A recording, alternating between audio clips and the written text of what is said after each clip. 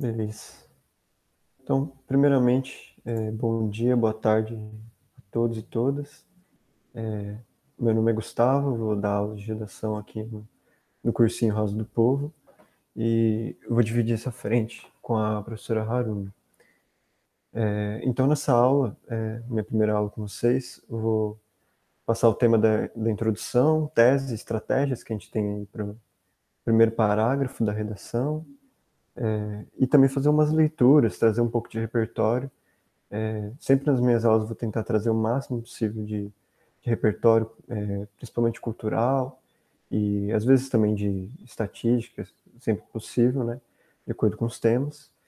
E até porque é muito importante, né? Uma das coisas que mais vale a pena, que conta mais assim na hora da gente escrever, é o repertório. Assim, que vai dar mais pontos, que vai surpreender positivamente os corretores, assim, que vai sair também, né, do óbvio, para a gente não ter uma escrita muito óbvia, muito fraca em certo sentido e garantir as competências da redação, né? Então, para começar também, eu gosto sempre de lembrar isso, ou pelo menos de tentar esclarecer, que nas minhas aulas eu sempre busco não transmitir conhecimento para que vocês absorvam conhecimento, mas sim construir esse conhecimento, né? Então, mesmo que vocês não participem, é importante vocês pensarem sobre, né? Não simplesmente pegarem isso tudo que eu estou falando e aceitarem como um ponto final, né? E sim pensar bastante sobre isso, pôr em prática, né? Escrever bastante. Eu sei que muita gente às vezes não vai gostar muito de ler, de escrever, ou gostar só de ler, ou gostar só de escrever, mas ler também é escrever, né? Escrever é um processo de escrita interno também. Porque sempre que a gente lê, a gente também está escrevendo o nosso próprio texto em cima daquilo que a gente está vendo. Então, é importante pensar nisso, é importante questionar também, acredito muito nisso. Então, inclusive, algumas coisas que eu vou falar para vocês, eu vou dar aqui o meu parecer, né, o meu ponto de vista. Nada é no nível da opinião pessoal, né? Eu vou sempre evitar isso. E sempre na questão mais científica, do argumento. Até porque redação é argumento. Se a gente tiver tempo e uma disponibilidade depois, a gente pode ter uma aula só sobre gêneros e tipos textuais também para aprofundar nessa questão, né? Porque a redação é um texto dissertativo argumentativo e isso não é à toa, né? É importante ter um pouco de conhecimento sobre isso, saber o porquê disso, né? Porque uma das coisas que mais conta ali na hora da gente escrever a redação é o argumento, é isso que é o principal, né? Então não adianta nada a gente apresentar o nosso ponto de vista, defender uma tese sem bons argumentos, porque vai ser um texto fraco e a gente não vai andar muito, né? Então é sempre bom ter isso em mente, gente. Quando a redação do Enem, eles exigem que o candidato ele primeiro problematize o tema, então sempre vai ter ali um tema, seja um tema relacionado a problemas sociais, ambientais, raramente, ou posso dizer de repente, que nunca vai ser somente político, né? Porque a proposta do Enem é ver como vocês se viram, como vocês dão um jeito ali para argumentar, utilizando todo o conhecimento de vocês, todas as estratégias que vocês têm em si, consigo, né? Para argumentar em favor de um ponto de vista. É isso que o Enem quer. Então, o problema nunca vai ser só do governo, também nunca vai ser só do indivíduo ou da família, né? Sempre vão ter muitas possibilidades em volta desse tema, mas também para vocês não ficarem perdidos, sempre vai ser um tema relacionado ao Brasil, por exemplo, né? Então, quando vocês forem fazer o Enem, sempre vai ter lá um tema que é relacionado ao Brasil de alguma forma. Vocês vão ter esses motivadores para, caso seja um tema que vocês não conheçam muito profundamente, o texto motivador vai dar uma base para vocês, né? Isso é muito importante. Ler com atenção esses textos, até porque no paratexto dos textos motivadores, né, às vezes na data, no título, numa informação ali que às vezes é um detalhe, tem muita coisa assim que vai ajudar a gente a fazer uma boa redação, né, a ter um bom desempenho ali na redação do Enem. Então, é sempre bom ter isso em mente, tá, gente? Argumentar bem, buscar sempre os melhores argumentos, e uma das outras questões principais é saber articular bem o texto, né? Deixar tudo muito bem amarradinho. Mas a gente vai chegar lá. Então, nunca se esqueçam que, independente do gosto de vocês, né? Vai ter gente que vai gostar mais de ler, mais de escrever, ou não gostar nada de ler ou escrever. Escrever bem não é um dom divino, uma luz que bate na gente, a gente sai escrevendo bem. Ninguém nasce pronto para isso. Obviamente vão ter pessoas com mais facilidade, né? Com maior gosto por aquilo, mas isso também não é à toa, isso não é uma condição divina. Isso a gente adquire na nossa formação, na nossa vida. E quanto mais a gente bater o pé firme, assim, mais a gente se esforçar, mais treinar, e não um esforço doente, assim, de vou fazer só isso da minha vida, e deixar de viver para viver como fala, viver em função do Enem, né? Não. A gente consegue escrever bem, treinando bastante, mas sem deixar também de ter a nossa experiência de vida, sem deixar de também dar a devida importância às outras disciplinas, né? Então é isso, bom ter isso já em mente para sempre que a gente for pensar em redação ou em escrita de modo geral, né? E então a gente já pode ir para o tema da aula de hoje, que vai ser introdução, tese e estratégias, né? E aí depois, nas próximas aulas, a gente vai continuando essas questões técnicas da redação, mas sem deixar de também trazer repertório e conteúdo, para que vocês não fiquem sempre sozinhos nessa questão, né? De, eu tenho que ter um bom repertório para fazer o Enem, né? Para fazer um bom texto no Enem, mas vocês não precisam estar sozinhos nisso, né? Então eu sempre vou estar trazendo indicações aqui, uma espécie de serviço de curadoria, para que vocês tenham essa relação, né? Essa visão. Então, por exemplo, a música ali que o professor mostrou, ela pode ser relacionada a tal tema, né? Então, de repente, a música Diários de um Detento, do Racionais MCs, pode ser muito bem utilizada num tema de redação, por exemplo, como o problema da população carcerária no Brasil atualmente. Isso, por exemplo, né? Mas a gente vai chegar lá com calma, né? Então, eu vou tentar aqui abrir os meus slides. Eu não sei se entrou mais gente, assim, ou se o Diego pode me dizer se o slide está muito pequeno, ou o texto está muito pequeno, que aí eu posso aumentar, né? Oi, entrou a Letícia, eu não sei se você já viu. Legal. Eu vi aqui É, em programas. Seja então, bem-vindo. se tiver como aumentar, eu acho que fica melhor, porque Vou aumentar aqui. Qualquer é, coisa você me avisa se der falha aí no áudio ou na imagem. tá certo. Eu acho que não projetar. Ah, tá indo. É que no meu computador também é lento. Não sei se ele foi. Dá uma Foi para passada você? pra ver se tá ok. Aí, tá tranquilo. Beleza. Então, para começar essa aula de agora, talvez eu faça algumas leituras, para a gente tentar também chegar numa hora de aula. Então, eu já trago aqui uma referência, vamos dizer assim, uma parte de repertório a mais, para a gente entender uma coisa básica, assim, para todo o tipo de texto que a gente for escrever, independente do tipo, gênero, né? Se a gente quer escrever um bom texto e convencer o nosso leitor, isso na redação do Enem tem um peso muito grande, né? Porque a gente tem que convencer também os nossos corretores. Que imagina, são dois corretores, se eu não me engano, para cada redação, e eles têm, às vezes, sei lá, 100 redações num dia. É muita coisa que eles têm que corrigir num dia. E o seu texto pode ser o primeiro, o do meio ou o último. Então, se você não fizer um texto que seja ali minimamente interessante, agradável, que dê ali um gosto ali para o corretor ler e fazer as considerações dele, né? Fazer uma correção legal, a gente tem que escrever um texto que seja interessante, né? E para isso eu já trago aí essa questão do leitor modelo, né? Que foi proposto pelo Humberto Eco, né? Um grande escritor aí do século XX, faleceu, se não me engano, em 2016, muito recentemente, que ele foi escritor tanto de teoria, né? Em relação à história, à literatura, à filosofia, principalmente, mas também à literatura, né? De ficção, enfim. E nesse livro, o Lector in Fabula, que em italiano seria mais ou menos, no sentido quando a gente fala em por falar no diabo, né? Seria mais ou menos nesse sentido, se a gente pensar numa tradução.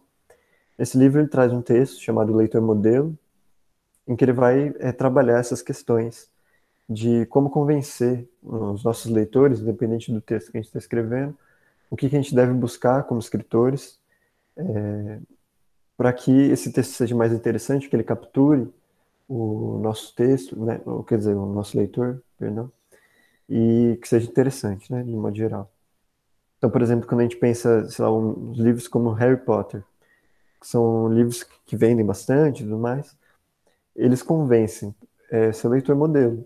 E justamente por isso são livros e filmes, enfim, uma saga aí de livros, os best-sellers de modo geral, fazem muito sucesso justamente porque conseguem capturar o leitor modelo, né? Então, o que seria esse leitor modelo? Seria, na verdade, uma criação ali no momento da escrita, que aquele que escreve cria um modelo do que vai ser seu leitor, o leitor daquele texto que ele está escrevendo. Então, quando a J.K. Rowling vai escrever ali, o Harry Potter, ela cria para si um modelo de quem vão ser esses leitores, né?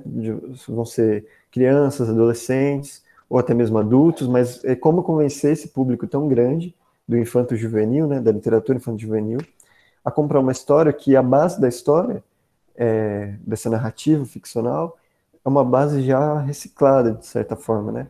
Um modelo muito antigo de se contar histórias, que é, por exemplo, a jornada do herói.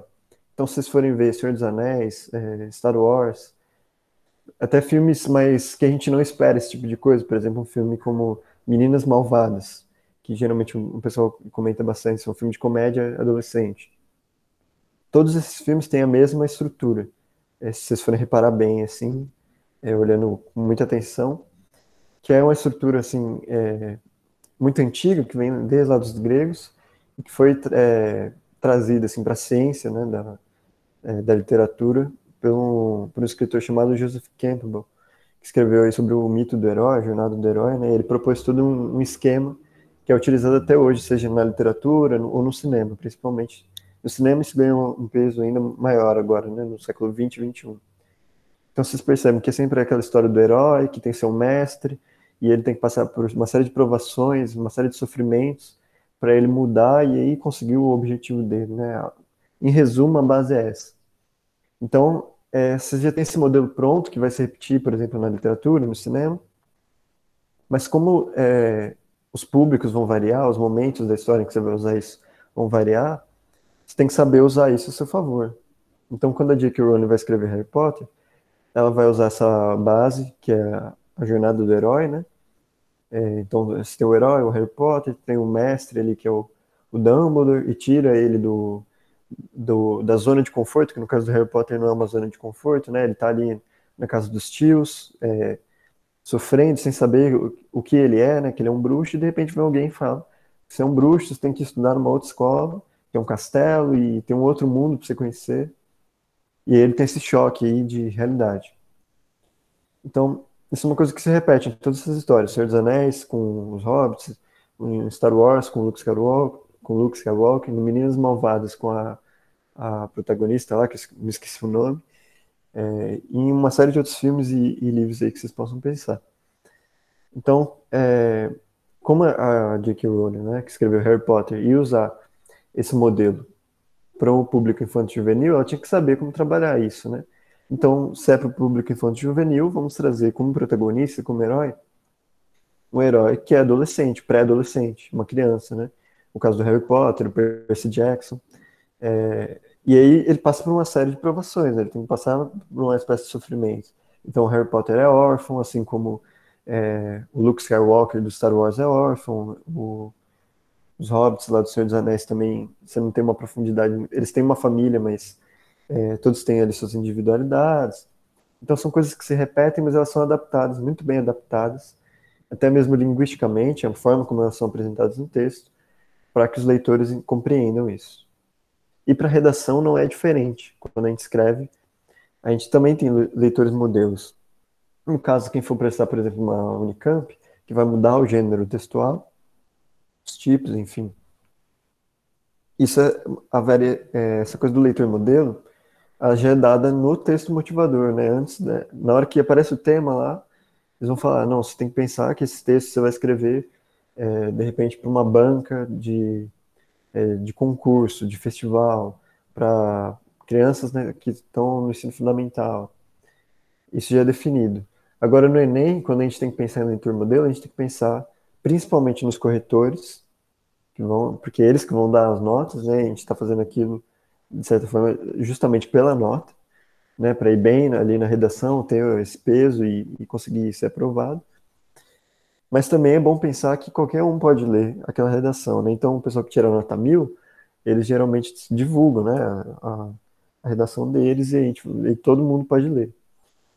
Mas, principalmente, pensar que o leitor modelo da redação do Enem são os corretores.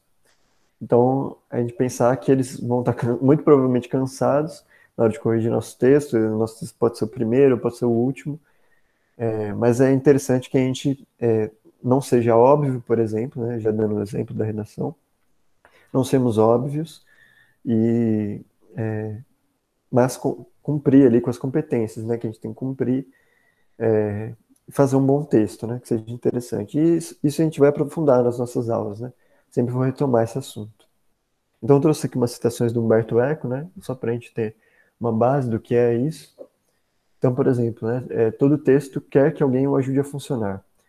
Em outros termos, um texto é emitido por alguém que o atualize, embora não se espere ou não se queira que esse alguém exista empiricamente.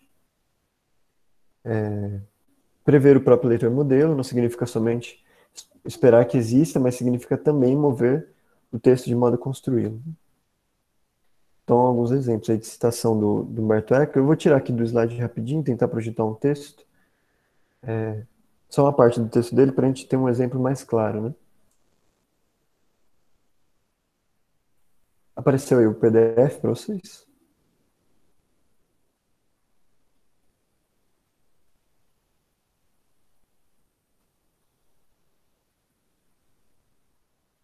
Apareceu para vocês Aqui aqui? apareceu sim, Gustavo. E para avisar que Tranquilo. a Cintia chegou também, não quero interromper. Seja bem-vindo, então. Então, vou ler aqui um trechinho,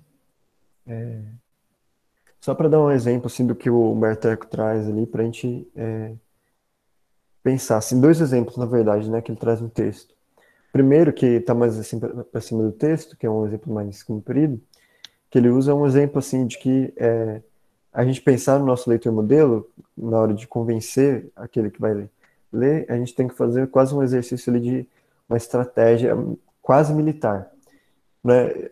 Nos tempos de hoje não é muito bom usar esse tipo de exemplo, né, nesses termos, mas, enfim, é nesse sentido de promover uma estratégia não só de convencimento, mas de que nós como escritores, a gente que está escrevendo, temos que ganhar em relação a quem vai ler, né?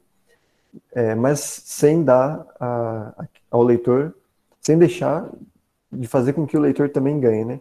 No caso do texto, no caso ali que ele usa do exemplo militar, mais para cima do texto, é, o inimigo ali no fim não ganharia, né? Ele usa um exemplo, por exemplo, nossa, ficou meio feia essa frase aqui, né? Mas ele usa esse exemplo, né? Na Batalha de Waterloo, entre ingleses e franceses, né? Nos tempos de Napoleão, um, um grande comandante militar inglês, lá me fugiu o nome dele agora, Wellington. Ele, na hora de enfrentar o exército de Napoleão, ele teve que criar um modelo de Napoleão que fosse o mais próximo possível do que era o Napoleão concreto, né, o Napoleão de verdade, para que ele pudesse prever as jogadas do Napoleão, né, as jogadas estratégicas militares, para ele então conseguir ganhar a batalha de Waterloo. E ele conseguiu. Então ele fez um modelo tão bom de Napoleão que ele conseguiu prever ali mais ou menos o que o exército de Napoleão ia fazer e ganhar a batalha, né? Então, na hora da gente escrever é um pouco isso, né? Da gente prever o movimento do leitor, né? O que esse leitor modelo que a gente está criando, ele vai provavelmente pensar daquilo que a gente está escrevendo quais vão ser os contextos dele, né? Então, no caso do corretor, como eu disse, lembrar que eles vão estar corrigindo muitos textos num dia só. Então, se a gente quer que seja uma correção agradável em nosso favor, a gente tem que fazer ele ganhar, nesse sentido de ser um texto agradável.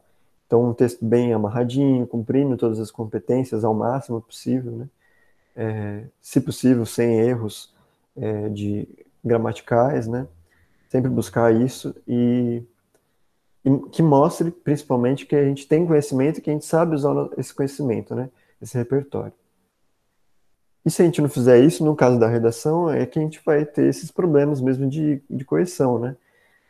Vão ter muitos descontos na nossa correção, a gente não vai alcançar a nota desejada, né? Por exemplo, para quem vai fazer medicina, é interessante tirar pelo menos 900, 980, 1000. Então, para alcançar isso, a gente precisa pensar também no nosso leitor modelo, né? E é o exemplo aqui que o Humberto Eco traz, que eu acho interessante de mostrar para vocês, é de quando dá errado essa coisa do leitor modelo, dá errado entre aspas, né? Porque se ele não for muito bem pensado, pode ter um problema, não necessariamente um problema, mas uma questão aí relativa à interpretação, né? Então ele usa aqui o exemplo, né? Esplêndido exemplo de tais aventuras da interpretação são os Mistérios de Paris, da autoria de Su, escritos com propósitos dandísticos para narrar ao público culto eventos mordazes de uma miséria pitoresca, é lido pelo proletariado como descrição clara e honesta de sua própria sujeição. Então, depois ele continua, né? Assambarcado por Marx e Engels como modelo de performação reformista, o livro realiza uma viagem misteriosa no espírito dos próprios leitores, leitores estes que vamos encontrar de novo sobre as barricadas de 1848, tentando a Revolução. Então, tentando traduzir aqui, né, todo esse texto meio acadêmico, assim, é que quando esse escritor Su escreveu essa obra, né, Os Mistérios de Paris, ele planejou que ia ser um livro para a classe média, ali, para as elites francesas, enfim, para a burguesia de Paris, enfim. Só que, como ele descreveu ali de forma pitoresca, né, ou melhor, ele escreveu a miséria pitoresca ali dos eventos que aconteciam em Paris naquele tempo, ali no século XIX, né, como a pobreza e a desigualdade social. Quando a classe trabalhadora de Paris foi ler esse livro, eles interpretaram de outra maneira, da qual aqui o Su queria trazer ali, né, para, enfim, para, vamos dizer assim, para as elites de Paris, né, para o seu público-alvo. Então, os Mistérios de Paris eles servem também como base também, entre outros escritos, do que foram as barricadas de 1848, né, tentativas de revolução contra essa burguesia parisiense, em que o pessoal foi para a rua com armas e teve guerra mesmo, assim, foi a treta dos tretas ali naquele momento, né? Então, por que isso acontece? Porque o Sul, né, na hora de escrever os Mistérios de Paris, ele não previu muito bem o contexto ali que eles estavam vivendo, né? Um contexto que era propício a esse tipo de coisa, esse tipo de interpretação da obra dele, né? Então, é só um exemplo, dentre muitos que a gente pode trazer. Vou voltar aqui para o PowerPoint. Se tiver algum problema, me avise. O meu computador é um pouco lento.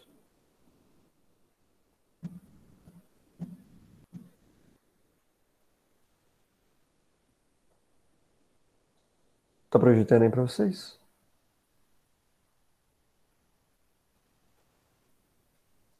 Acho que agora foi.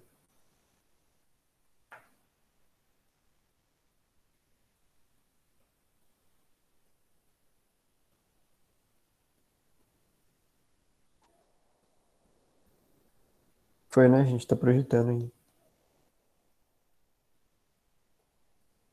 Vocês podem abrir o microfone se vocês quiserem, porque eu não vou conseguir ver vocês aqui. Sim, está projetando. Tranquilo. Então vamos ao que interessa. Não que o resto não interesse também, né? De certa forma. Vamos para a introdução da redação, né? Que é o que a gente vai ver hoje mais especificamente. E o que é importante de ter, né? Nessa introdução. Primeiro, uma contextualização. Então, já trazendo a primeira linha, dados, definição, citação, alusão histórica. Principalmente citação e alusão histórica. A gente vai falar disso agora nos próximos slides. Mas por quê, né? Porque, já pensando também nesse leitor modelo, é bom a gente trazer essas coisas, essas estratégias que chamem a atenção, que interessem, né? Então, se você trazer, por exemplo, dados de definição, a gente vai ver que dependendo de como a gente traz, não é tão interessante. Mas uma citação, uma alusão histórica já mostra que a gente está trazendo muito do nosso conhecimento pessoal, né? Do nosso repertório, da nossa bagagem cultural, e que a gente sabe usar isso, né? Ao nosso favor. Que é isso que o Enem quer da gente, né? Na redação. Então, uma introdução tem que ter o ideal. A gente está falando aqui de ideal, né? Às vezes vai ter um pouco menos, mas é bom nunca ultrapassarem de 6 linhas, tá, gente? É bom tentar manter esse ideal aí de 5 a 6 linhas, porque é o suficiente, né? A gente vai ver que a estrutura são esses 4 parágrafos, né? Porque é para dar espaço mesmo, né? A gente tem só 30 linhas para trazer muito conhecimento, muita argumentação em favor do nosso ponto de vista, muito debate, então 30 linhas é pouco, então é bom a gente pensar em conciliar, né? A gente já tem que conciliar com o tempo, então para conciliar o tempo e o espaço que a gente tem para escrever, de 5 a 6 linhas é o ideal para a introdução. E lembrar sempre de puxar para a realidade e a atualidade, né? Fora da ficção, na atualidade, etc. E aqui entra um ponto muito importante, tá? Eu sempre vou repetir isso nas minhas aulas. Uma coisa assim que é quase doutrina. E isso é a única coisa nas minhas aulas que eu vou sempre trazer para vocês, não como obrigatório, né? Mas que eu sempre vou estar afirmando como se fosse uma espécie de obrigação. Porque se a gente quer ir bem, se a gente quer cumprir as competências, uma das competências é ter um texto muito bem amarradinho, né? Bem interligado, uma ideia com a outra. E para isso, depois do ponto final, a gente tem que trazer um conectivo. Então, essa é a minha doutrina aqui nas aulas de redação. Dê um ponto final, conectivo. Sempre. A menos no final, né, na última linha que vocês vão colocar o ponto final, vai acabar o texto. Mas dê o ponto final, coloca o conectivo que dá bom. Eu vou passar para vocês depois lá no grupo, se não for problema, ou para os monitores, uma lista de conectivos, né, com todos os conectivos. E depois, se a Harumi quiser aprofundar essa questão, ela vai dar nas próximas aulas, né? Mas sempre depois do ponto final conectivo, entendam isso, né? Então, isso é quase quase não, teria quase certeza de que é o 11º mandamento da Bíblia. Estava na Bíblia original, lá no aramaico, que tinham 11 mandamentos, o 11º era, depois do ponto final usarás o conectivo. Só que aí na tradução não colocaram, deixaram só 10, né? Muito meio engraçadinho, mas é para não se esquecerem que depois do ponto final vem o conectivo, que vai dar bom, vai dar certo. Aí o texto vai ficar bem amarradinho. Mas é bom também se saberem usar os conectivos, né? Saberem o que cada conectivo significa ali. Então vamos para os exemplos. Até aqui tudo bem? O pessoal que está aí na sala está entendendo? Podem abrir o microfone, sinta-se à vontade. Gosto de participação. Qualquer dúvida, vocês podem abrir o microfone e falar, tá, gente? Dúvidas, anseios, se vocês quiserem falar, fiquem à vontade. Então vamos para exemplo com citação. Vou começar aqui, né? Eu peguei alguns exemplos da internet de redação. Alguns tinham lá o nome dos autores, eu coloquei aqui, outros não tinham, né? Mas para a gente ver aqui esses exemplos, né? Então, por exemplo, tem o tema Desafios da Educação no Brasil. E aqui o aluno foi usar, logo ali na introdução, um exemplo com citação. Ou seja, já começar citando para mostrar que ele tem esse conhecimento de citação. Então ele começou assim: o educador e filósofo brasileiro Paulo Freire afirmava que se a educação sozinha não transforma a sociedade, sem ela tampouco a sociedade muda. Ponto final, analisando o pensamento e relacionando à realidade. Vocês percebam. Deu ponto final, ele usou já conectivo, deixou bem amarradinho. Então, assim, ele trouxe já a citação logo de começo, Mas aí eu coloco uma questão. E se vocês quiserem abrir o microfone para falar sobre, né? Quem estiver aí na sala, porque talvez não seja tão interessante usar já uma citação logo de começo, na primeira linha, né? Então fiquem à vontade, gente. Vocês não vão atrapalhar vocês abrirem e falarem. Vou insistir nisso um pouco. Até para eu saber se está tudo funcionando aqui. Mas por que não seria tão interessante usar a citação, né? Porque, por exemplo, eu até coloquei aqui no repertório, né? O exemplo de repertório seria usar, por exemplo, filmes como Escritores da Liberdade ou Sociedade dos Poetas Mortos, que são filmes que trazem esse tema dos desafios da educação, de modo geral, né? Muito relacionado a essa questão da modernidade, do século XX, XXI. Então, são repertórios que você já pode trazer como citação ali e exemplo no começo da sua introdução, ali nas primeiras linhas, e que são mais interessantes do que você fazer uma citação em que você corre o risco de não lembrar, porque você tem a citação de cor, mas de repente você não lembra de uma frase ali ou de um dado, e aí você pode perder um pouco nisso, né? Então é um risco você fazer uma citação ali que você tem decorado. Outro risco é se você se esquece, por exemplo, de colocar entre aspas, como ele fez, né? Aqui ele fez muito bem porque ele colocou lá o nome de quem ele está citando, né? O Paulo Freire, e colocou entre aspas. Então ele fez muito bem a citação, mas ele poderia ter errado. Ele poderia ter esquecido de colocar ali entre aspas, poderia ter esquecido, dado branco ali em alguma palavra, alguma parte da frase, e ele ia ser prejudicado se ele insistisse nisso, mesmo tendo esse branco, né? Então, esse tipo de citação que a gente faz assim de cor, seja uma frase ou um dado estatístico, a gente tem que tomar muito cuidado, a gente tem que ter muita certeza do dado que a gente está usando. E aí eu recomendo também não usar os dados ali do texto motivador, porque o que está dado no texto motivador já é meio que o óbvio, né, de vocês usarem. Mas a gente pode aprofundar isso depois também. Aí outro exemplo de citação que eu acho um pouco mais interessante, que é um pouco mais profundo. Então tinha esse tema mais recente também, se não me engano, em 2019, da democratização do acesso ao cinema no Brasil. Esse autor colocou assim: para o filósofo escocês David Hume, a principal característica que difere o ser humano dos outros animais é o poder do seu pensamento, a habilidade que permite ver aquilo que nunca foi visto e ouvir aquilo que nunca foi ouvido. Então, vocês percebam, né? Que aqui ele já traz uma citação que não é uma citação direta, então ele não precisa usar ali as aspas, e é muito mais profundo, né? Não é uma coisa óbvia que todo mundo espera, né? Essa frase aí que o outro autor, no outro texto, citou, ela geralmente, você abrir o site lá, O Pensador, que tem citação de todo tipo de gente, de várias personalidades no mundo, é uma frase, assim, muito recorrente, né? Que todo mundo todo mundo não, né? Mas uma boa quantidade de indivíduos conhece. Agora aqui ele já trouxe um repertório que não vou dizer que não é esperado, mas que não é o óbvio, né? Então quando ele cita o David Hume, e ele está falando de um filósofo escocês antigo, assim, que tem uma outra filosofia muito profunda, e ele vai relacionar isso com o cinema, com a democratização do acesso ao cinema no Brasil. Então não é o óbvio, né? Não é o esperado, de certa forma. Quer dizer, o esperado é que traga esse tipo de conhecimento, né? Mas ele não foi direto assim para uma coisa muito fácil, né? Para um argumento coringa, como a gente chama, que são esses argumentos para a gente ter em mãos quando dá branco, por exemplo.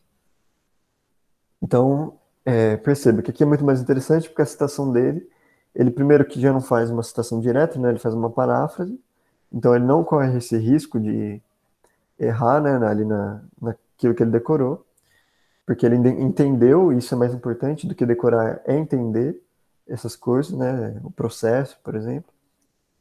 E ele vai relacionar isso, esse repertório dele, com o tema, sem fugir do tema, né? Então, é mais interessante quando a gente for fazer a citação, pensar nessas questões, né, gente? De fazer uma citação mais profunda, que não seja o óbvio, né? O senso comum, principalmente fugir do senso comum, tá? Se a gente for citar o senso comum, é para desconstruir ele, no caso da redação especificamente, falando, porque o senso comum nem sempre vai ser pautado, por exemplo, na ciência, nem sempre vai ter uma boa argumentação por trás dele. Então, se a gente for falar de senso comum na redação, é para a gente desconstruir o senso comum. Então, é sempre bom ter isso em mente, ter isso claro. Alguma dúvida? Tá aqui, gente? Podem falar, não se acanhe. Vou entender o silêncio comum, não. Espero que vocês ainda estejam aí, que esteja tudo funcionando. Então, vou seguindo aqui. Exemplo de definição. Aqui eu já acho ainda menos interessante, tá? Eu vou colocando aqui e vocês discordarem podem falar. Por que não seria... na verdade, eu creio que não seria nada interessante usar a definição, pelo menos na introdução, né? Nas primeiras linhas. Por quê? Você tem o tema sedentarismo, grande mal do século. O que o Enem quer? Que você problematize a questão do sedentarismo e que você apresente um ponto de vista explicando e argumentando muito bem o porquê que sedentarismo é um problema, porquê que sedentarismo é o grande mal do século. E como é que ele começa nessas primeiras linhas, né? Define-se como sedentário o indivíduo que não pratica atividades físicas no seu cotidiano. Ou seja, ele trouxe já o que seria o óbvio, o já esperado, né? Porque se você vai escrever uma redação, no texto motivador já tem que ter uma espécie de definição do que é o sedentarismo, mesmo que não seja tão explícita como ele pôs aqui, né? Então, a maioria das pessoas, de modo geral, sabe que o sedentário é o indivíduo que não pratica atividades físicas no seu cotidiano. Para um candidato do Enem, um corretor do Enem, isso é uma coisa mais do que básica, né? E está lá no texto motivador, para caso alguém não saiba, tem que estar. Senão aí também é um problema. Então, esse tipo de definição já não é nada interessante. Pelo menos não quando a gente está começando a introdução, né? De repente, você, no meio ali da introdução ou do desenvolvimento, nos 2 parágrafos de desenvolvimento, se você achar muito importante definir o que é o sedentarismo, aí tudo bem, traz ali uma definição. Mas sempre tentando fugir disso, né? De cair no óbvio, de cair no esperado, tá, gente? E eu trouxe aqui uma indicação de repertório, né? Que ele poderia, se ele quisesse começar ali com uma citação de filme, por exemplo, trazer o documentário A Dieta do Palhaço, né? Que é um documentário que o cineasta ele se propõe a comer todos os dias, ele se alimenta só de McDonald's durante... Eu não lembro exatamente quanto tempo ele pretendia fazer isso, mas, por exemplo, fazer isso por 1 ano. Só no café da manhã, no almoço e na janta, comer só McDonald's. Em questão assim, de semanas, de meses, ele está já muito mal, já está sofrendo problemas cardíacos, de dificuldade para respirar, enfim. É um documentário muito bom, que ficou muito famoso na época que ele foi lançado. E poderia ser um repertório ali, um exemplo, uma citação muito mais interessante do que uma definição do que é o sedentarismo, né? Certinho? Exemplificação. E aí também é bom a gente sempre pensar, né, o que seria mais interessante em relação a exemplo, né? Então, como ele começou esse texto aqui? Segundo a Constituição Federal de 1988, no seu artigo 196, é dever do Estado garantir o acesso à saúde, bem como é responsável pelas medidas públicas para zelar bem-estar físico de todos os cidadãos brasileiros. Isso aqui é em relação ao mesmo tema, né? Não é tão interessante também trazer uma exemplificação, de novo, se a gente for pensar em questões óbvias, mas aqui ele não trouxe algo tão óbvio. De repente, ele trouxe aqui um artigo da Constituição Federal para usar ali como argumento da defesa que ele vai fazer, né? Então, se é dever do Estado garantir o acesso à saúde e é responsável também pelas medidas públicas e lá pelo bem-estar físico de todos os cidadãos, aqui ele está indicando que muito provavelmente ele na conclusão dele ele vai se pautar nisso, né, como argumento. Mas dependendo da exemplificação que a gente dá, pode ser que não seja muito interessante, né? Então, de novo, pensar naquilo que não vai ser o óbvio. Alusão histórica. Aqui já é mais interessante, porque vai mostrar que vocês têm esse conhecimento, têm esse repertório histórico, de conhecimento assim, da história do Brasil ou do mundo, né? Porque por mais que o tema sempre seja no Brasil, é interessante a gente trazer questões relacionadas ao mundo também, para poder enxergar um pouco essa questão individual do Brasil, né?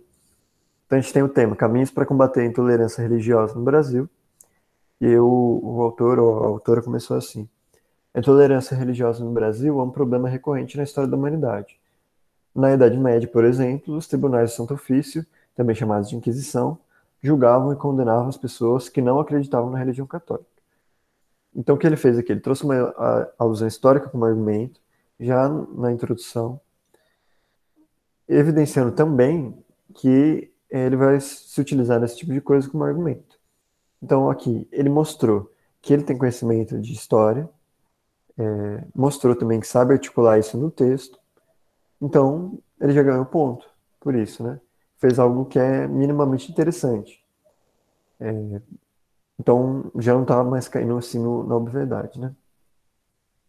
E uma indicação de repertório, caso eu não soubesse, por exemplo, se a gente cai nesse tema, né, para combater a intolerância religiosa no Brasil, e a gente não tem um bom repertório, por exemplo, histórico, mas a gente assistiu, de repente, o filme O Nome da Rosa, ou lemos o livro O Nome da Rosa, do já citado autor Humberto Eco, que eu comecei a aula sobre ele, né? Que O Nome da Rosa é uma história de ficção, mas que consegue sintetizar muito bem o que era a intolerância religiosa nos tempos da Idade Média, né? A questão da Inquisição. Então era um exemplo também que ele poderia ter trazido. Tá. Afirmativo, que também não creio que seja nada interessante, né? Então você tem o tema a persistência da violência contra a mulher, e aí o autor já começa assim: o Brasil é uma nação historicamente machista e violenta, o que é perceptível ao analisarmos a persistência das agressões contra as mulheres mesmo depois das recentes medidas legais. Qual é o problema aqui em usar esse tipo de introdução, né, afirmativo? Quando a gente faz uma afirmativa, a gente também pode cair no óbvio. E se a gente não souber argumentar muito bem em relação a essa afirmativa que a gente está fazendo, a gente perde ponto, porque o grande rolê ali da redação é argumentar bem sobre o nosso ponto de vista. Então, se o tema é persistência da violência contra a mulher, já é meio que esperado, de certa forma, de modo geral, pelo menos pelos corretores, né, nossos leitores modelos da redação, que o Brasil tem esse tipo de problema histórico, né? Tem esse histórico machista, violento, com feminicídio. Então, isso, de certa forma, também já está nos textos motivadores e no próprio tema, na própria proposta ali, né?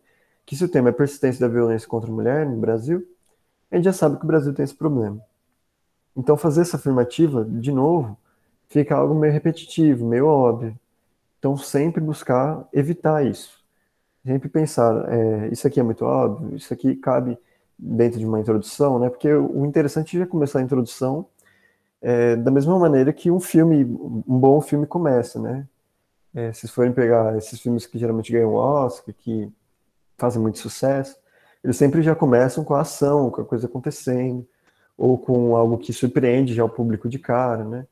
Então, por exemplo, ontem eu estava assistindo um filme que era Um Lugar Silencioso. Então, no começo desse filme tá lá todo mundo em silêncio, a gente não tá entendendo muito bem o que tá acontecendo, tem uma família, o pai, a mãe, os filhos andando ali no lugar que tá tudo destruído e eles estão fazendo muito silêncio, não estão falando, fazendo barulho. E tem um problema ali para eles resolverem, mas eles estão lidando bem. E aí, de repente, o menino pega um brinquedo e começa a fazer um barulho. E aí, a gente já vê qual o problema ali, né? Que parece o grande problema do filme, que são os monstros que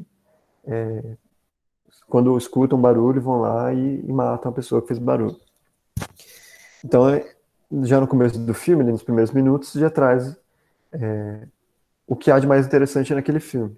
A mesma coisa serve para a redação. É importante a gente tentar, pelo menos, que seria o ideal, já na introdução, nessas primeiras linhas, trazer o que é mais interessante no nosso texto, né? Trazer o melhor exemplo possível para a gente articular bem e argumentar bem. E que não seja o óbvio. Então, mais indicações de repertório. Aqui a gente poderia, por exemplo, usar músicas como citação no repertório dessa introdução, né? Então, por exemplo, o Estilo Vagabundo, do MV Bill da Camila, que discute essa questão da persistência da violência contra a mulher. Maria da Vila Matilde, da Elza Soares, também, uma música que encaixaria muito bem. Então, que você poderia citar a música e é até mais fácil de lembrar, essa coisa de decorar, né? Quando é uma música é mais fácil da gente lembrar, porque a gente está sempre ouvindo, sempre cantando, e isso fica mais na memória, né? Não seria mais interessante já começar citando essas músicas do que fazer uma afirmativa que já está implícita ali no tema, nos textos motivadores. Comparativo, que é também um tipo assim de uma estratégia que na introdução não costuma ser tão interessante. Depende muito, né? Se a gente for fazer uma comparação que seja realmente fora da casinha, no sentido de ser boa, de não ser óbvio, aí tudo bem, mas eu não, até hoje não encontrei muitos bons exemplos assim de comparativa para começar a introdução, né? A comparação é melhor quando a gente está ali no desenvolvimento, argumentando já, né? Então, um exemplo aqui de comparativo, né? Os Estados Unidos, pensando no tema histórico, o histórico desafio de valorizar o professor. Sempre pensando no Brasil, tá, gente? O que ele traz aqui já no começo? Os Estados Unidos, referência em desenvolvimento tecnológico, são um bom exemplo de que a educação de qualidade e com valorização adequada gera bons frutos. Em contrapartida, no Brasil, a realidade tem sido bem distinta. Essa é a comparação que ele faz já na introdução. Se vocês forem ver bem, não é a melhor comparação que a gente pode fazer, pelo menos numa introdução, em relação a esse tema. Primeiro, porque o sistema educacional lá nos Estados Unidos já é muito diferente do nosso, né? Em muitas coisas, né? A começar que aqui a gente tem uma relação, por exemplo, com a geografia, que a gente conhece a geografia do mundo, não só do Brasil, né? Pelo menos é o ideal, né? É o que é proposto para se passar nas aulas de geografia nas escolas. Claro que com os nossos problemas no sistema educacional no Brasil, a gente às vezes tem muito déficit nisso, né?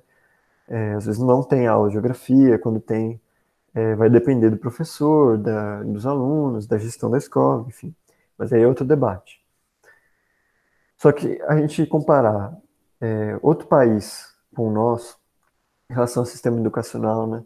Um país que tem outra cultura, que tem outra história, não é muito interessante como argumento já, né? Porque como é que a gente vai argumentar usando os Estados Unidos como um bom exemplo? A gente fala, eles são um bom exemplo de que a educação de qualidade gera a valorização adequada ali, né, com os professores, né, a valorização dos professores. E a educação de qualidade geraria os bons frutos. Quais são esses bons frutos da educação dos Estados Unidos? Qual é o bom exemplo que eles dão, né? Tem uma série de vídeos aí no YouTube que vocês forem pesquisar sobre conhecimentos gerais de jovens estadunidenses, né, americanos. Eles muitas vezes não têm um bom conhecimento de geografia, né? Se perguntar onde que é o Brasil, aqui no mapa, eles vão apontar já direto ali no mato, ou achar que o Brasil é só mato. Às vezes você faz perguntas de história, de conhecimentos gerais sobre o resto do mundo, eles não sabem. Às vezes até sobre o próprio país, né? Se vocês forem pegar uma série de seriados de comédia, principalmente, dos Estados Unidos, seja sei lá, um The Office, Community, não sei, esses são os que eu me lembro, assim, que fazem críticas, por exemplo, quando tem uma piada ali em relação à educação sexual, de que os personagens ali não têm uma boa educação sexual. E sempre tem um personagem para comentar, né? Esse é um problema do sistema educacional dos Estados Unidos. Isso eu já vi muito em filme e série dos Estados Unidos. Vocês podem reparar quando vocês forem assistir esse tipo de filme. Muitas vezes tem esse comentário. Então, é uma comparação que não seria a melhor para a gente fazer. Ainda mais uma introdução de redação do Enem. Então, sempre tomar esse cuidado, tá, gente? De não cair no óbvio e de fazer uma coisa que faça sentido, né? Que seja verossímil, que tenha a ver com a nossa realidade e que a gente vai conseguir argumentar bem e fazer um texto bem amarradinho. Então, indo para o final já, porque eu acho que já deve ter dado nosso tempo, enfim, se estourar o tempo, vocês me avisem. Mas vamos para o final, né? Vamos para a tese. Então, na introdução, a gente tem que ter, além dessa contextualização, né, dessa alusão histórica, da citação, do exemplo, a gente tem que ter uma tese, porque é a partir dessa tese que a gente vai argumentar todo o nosso texto. Então, ali nas 3 últimas linhas, pelo menos, ou nas 2 últimas, na última, a gente tem que apresentar essa tese que é: esse tema proposto é um problema por quê? Essa é a nossa tese. Então, por que que é um tema, democratização do acesso no Brasil, acesso ao cinema no Brasil. Isso é um tema. Por que que isso é um problema? Por que que não há democratização no acesso?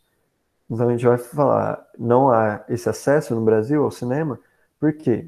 A gente pode citar, por exemplo, primeiro fazer uma afirmativa, né, que é um problema, a partir de já começando ali com o conectivo, depois do ponto final, faz a afirmativa, e aí a gente vai para os 2 agentes, que isso é muito essencial. Porque esses 2 agentes que a gente vai apresentar na tese é o que a gente vai desenvolver nos argumentos, do desenvolvimento do texto mesmo, né? Então vai ser meio que um parágrafo para cada agente depois no desenvolvimento, mas a gente vai chegar lá. Então, assim, eu fiz uma afirmativa, né? No Brasil, a maior parte da população não tem acesso ao cinema, é muito difícil. Por quê? Então, eu vou ter que dar 2 agentes. Eu posso falar primeiro, né? Porque a maior parte dos cinemas no Brasil são de empresas privadas que estão dentro de shoppings. Então, você tem lá o Cinemark, que cobra ingressos geralmente caros para uma boa parte da população e que já estão dentro de um shopping, que você, para entrar no shopping, muitas vezes você tem que pagar o transporte para chegar lá, ou a gasolina, ou o transporte público, você tem que pagar o estacionamento, você tem que pagar a comida que você vai querer comer lá, você vai encontrar uma série de lojas que vão estar ali jogando uma série de propagandas, porque você é o leitor modelo dessas lojas, então eles querem que você compre, querem te convencer. Então tem muito dinheiro envolvido nisso, né? Tem muito gasto para ir no cinema no Brasil. Mas agora, né? Então, um agente, por exemplo, seria essa questão da elitização do cinema no Brasil, né? De que só quem tem esse poder aquisitivo, esse poder de compra, que pode ir lá ver os filmes no cinema, frequentar o cinema. Outro problema, por exemplo, que a gente poderia usar, um outro agente, seria a falta de investimento no cinema nacional, na cultura nacional, de certa forma, né? Se vocês forem ver o que há de investimento na Ancine hoje em dia, a Cinemateca brasileira já está fechando, perdeu filmes aí recentemente. E era um órgão público ali de difusão do cinema nacional, né, de guardar o cinema nacional, de investir, de acessibilizar mesmo o cinema, né?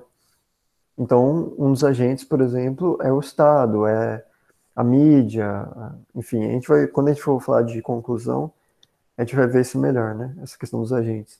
Mas é interessante na tese a gente ter esses 2 agentes, que podem ser ou das causas ou das consequências. Por quê? Se a gente usar uma causa e uma consequência entre esses 2 agentes, né? Ser um agente uma causa e outro uma consequência, pode ser um problema para a gente. Isso, na verdade, acho que vai variar um pouco o tema, depende do tema que a gente vai trabalhar, mas de modo geral é bom evitar isso, né? Então, esses 2 agentes ou serem 2 causas ou serem 2 consequências. Por quê? Como eu disse, o que eu usei de exemplo aqui dos 2 agentes seriam 2 causas, né? Porque a consequência a gente já sabe. A consequência é o povo brasileiro, em boa parte, fica sem acesso ao cinema. Outra consequência, por exemplo, é a pirataria, né? No Brasil tem muita pirataria de filmes, principalmente na internet agora. Antes já tinha muito os filmes piratas na feira, por exemplo, né? Que a gente comprava lá no saquinho da feira. Hoje em dia tem no Torrent, no Stremio, na Pirate Bay, enfim, tem vários sites que promovem esse tipo de pirataria de filme, né, que grava lá e disponibiliza na internet de graça. Um filme que no cinema tá R$ 15 o ingresso no mínimo, eu acho que hoje em dia deve ser mais caro. E essa é uma das consequências. Então a gente tem muita consequência. Agora, se a gente fazer, por exemplo, um agente ser uma causa, por exemplo, eu falei elitização do cinema, a consequência ela já está dentro dessa causa. A consequência já é ali essa questão da falta do acesso ao cinema, da pirataria, entre outros problemas que podem surgir. Então, como a gente vai ter que argumentar a favor desses agentes no desenvolvimento, a gente tem que pensar que se a gente for usar um agente como uma causa, a consequência está implícita ali. A gente já vai ter que falar da consequência. Então é bom usar desses dois agentes, usar ou das causas ou das consequências, né? Porque aí você vai fazer um parágrafo para cada, e aí vai ter um foco no seu texto. Você não vai fugir muito daquilo, né? Porque, de novo, né? A gente tem 30 linhas para falar sobre um assunto assuntos que são sempre muito amplos, muito complexos, né? Até que tudo bem, se alguém tiver uma dúvida, pode me interromper, tá, gente? Podem abrir não sei, eu realmente não sei se vocês estão aí ainda, porque eu estou aqui com um slide só. Mas qualquer coisa, vocês abrem aí a câmera não, o microfone e me falem, né? Se tiver alguma dúvida ou qualquer outro problema. E, por favor, não usar duas referências da mesma área do conhecimento, ou seja, na introdução, vocês fizeram uma alusão histórica, no desenvolvimento, vocês vão trazer outra área do conhecimento para argumentar. Então, fez uma alusão histórica na introdução, falou de Inquisição na Idade Média. No desenvolvimento, vocês vão falar de um filme, de um livro que tem a ver com isso. Não vão usar a história, não vão usar a filosofia se vocês já usaram filosofia. Porque aí vai mostrar que vocês têm um conhecimento só um conhecimento, né? E vocês têm que mostrar que vocês têm muito conhecimento na redação, né? Quanto mais vocês mostrarem, melhor. Então, eu dei um exemplo de tese aqui, só para ficar claro. É esse, né? Apesar de o Brasil ser um país laico, tem-se atualmente um contexto análogo a essa situação. Ainda persistem os casos de discriminação e preconceito sofridos por algumas religiões. Então, essa é a tese. Então, sendo assim, encontrar caminhos para combater a intolerância religiosa no Brasil é um desafio que precisa ser enfrentado pela sociedade civil e pelo Estado. Já deu 2 agentes aqui. E só aqui um comentário, que no Enem o título ele não conta ponto para vocês, não é obrigatório e não vai contar ponto, embora ele conte como linha escrita, né? Então se sobrar uma linha ali no começo, você pode colocar o título para preencher as 30 linhas, mas ele não vai contar ponto e ele não é obrigatório. De modo geral, se vocês quiserem fazer um título, sempre buscar fazer o título mais interessante possível, mais chamativo, mas não sensacionalista, ou seja, sem muito exagero. E aí, para fechar, eu trouxe um meme aqui do The Office, só para dar uma descontraída, porque a redação do Enem é isso aqui, que está nessa imagem, né? Tem a citação do Wayne Gretzky, né? Você se arrepende do 100% dos tiros que você não dá, né? Das jogadas que você não faz, que é uma frase do jogador Wayne Gretzky, e aí o personagem Mike Scott fez uma citação da citação. E redação do Enem é isso, tá, gente? É esse tipo de citação que a gente faz na redação. Tranquilo? Não sei se vocês ainda estão aí vivos.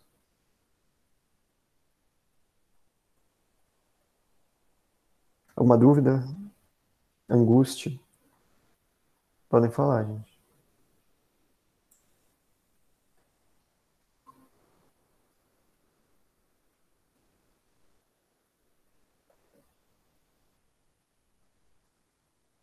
Diego tá aí? Débora, não sei. Eu tô aqui sim. Então foi isso. Acho que a gente até passou um pouco de 1 hora. Se ninguém tiver uma dúvida ou nada. É que eu não abri aqui as mensagens, né? Não vi o chat. Mas tranquilo, sem dúvidas, a gente pode terminar já por agora.